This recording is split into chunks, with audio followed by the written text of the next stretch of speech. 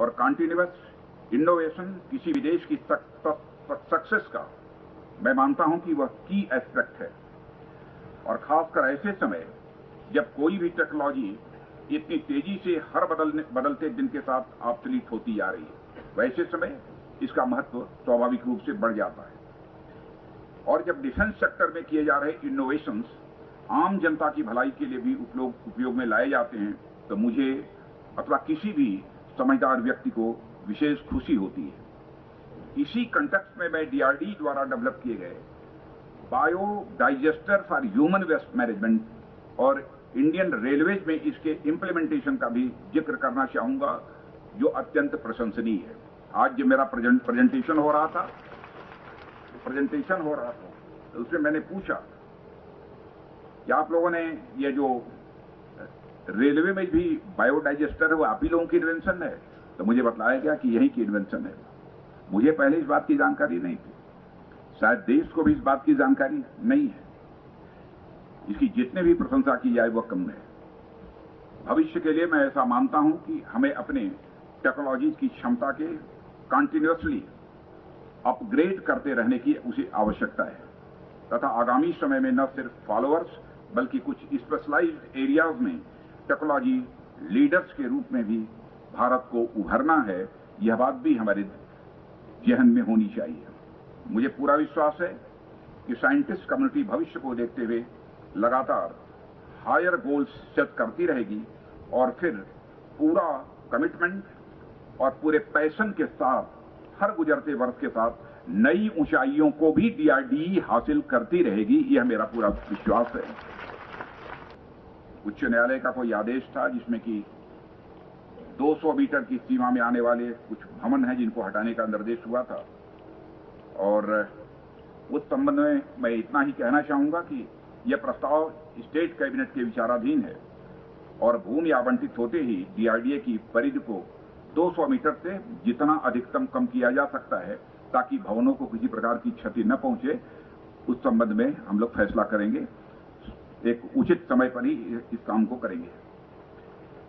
और अंत में मैं फिर से डीआरडी को उनके और रिसर्च और डेवलपमेंट और इस नीश एरिया ऑफ टेक्नोलॉजी, मैं नीश एरिया ऑफ टेक्नोलॉजी की बात करना चाहता हूं। मैं जो आप लोगों ने अचीवमेंट्स किए हैं उसके लिए दिल की गहराइयों से आप सबको बार बार मैं बधाई देता हूं, बार बार मैं बधाई देता हूं। और मैं आशा करता हूं कि आपके फ्यूचर एंडेवर्स जो हैं वो रक्षा मंत्रालय के द्वारा उनको फुल सपोर्ट प्राप्त होगा। यह भी देश का रक्षा मंत्री होने के नाते मैं आप सबको विश्वास दिलाना चाहता हूं। और अंत में मैं यह कहना चाहूंगा कि कभी कभी जब कोई मंत्री आकर भाषण करता है तो जिस विभाग का भाषण होता है उस विभाग के लोगों की वो प्रशंसा करता है। सामान्यतः यही परंपरा है और इसी दायित्व का निर्वाह करते हैं। लेकिन आज मैं आप सभी वैज्ञानिकों को मैं कहना चाहता हूं, आज जो कुछ भी मैंने आपके बारे में कहा है अथवा देश के वैज्ञानिकों के बारे में कहा है उसे उस रूप में नहीं लिया जाना चाहिए। जो कुछ भी कहा है मैंने आपके बारे में दिल की गहराइयों से कहा है, क्योंकि आपका जो कंट्रीब्यूशन है, बाहर चाहे जो भी कमेंट कर ले, अंदर आकर कोई देखे कि देश की कितनी बड़ी आप सेवा कर रहे हैं। मैं साइंटिस्ट को भी बधाई देता हूं और हमारे टेक्नोक्रेट्स हैं उनको भी बधाई देता हूं। और आप लोगों के बारे में कल ही मैंने चिंता व्यक्त की। सचमुच जितना होना चाहिए हो नहीं पा रहा है, लेकिन फिर भी वही मैंने कहा ना, कुछ जो हीरे होते हैं नगीने रहते हैं, वो जब कुछ छिपे रहते हैं। छिपकर भी काम करने वाले लोगों को इस देश की जरूरत होती है और वो काम कर रहे हैं। और मैं जहां भी जाऊंगा आपका जो कंट्रीब्यूशन इस देश का है, मैं अपनी पब्लिक मीटिंग्स में भी इसकी चर्चा में करूंगा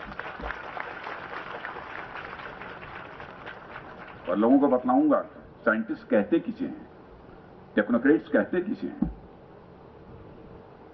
वह देश के लिए क्या कर रहे हैं। यहां पर और भी बहुत सारी चीजें जो मैंने देखी हैं उसको तो मैं पब्लिकली बोल भी नहीं सकता। यदि मैं पब्लिकली बोल दूं तो तूफान खड़ा हो जाएगा। मैं समझता हूं कि जो भी अक्लेमंद देश में होंगे उनके लिए मेरा इतना कहना पर्याप्त है।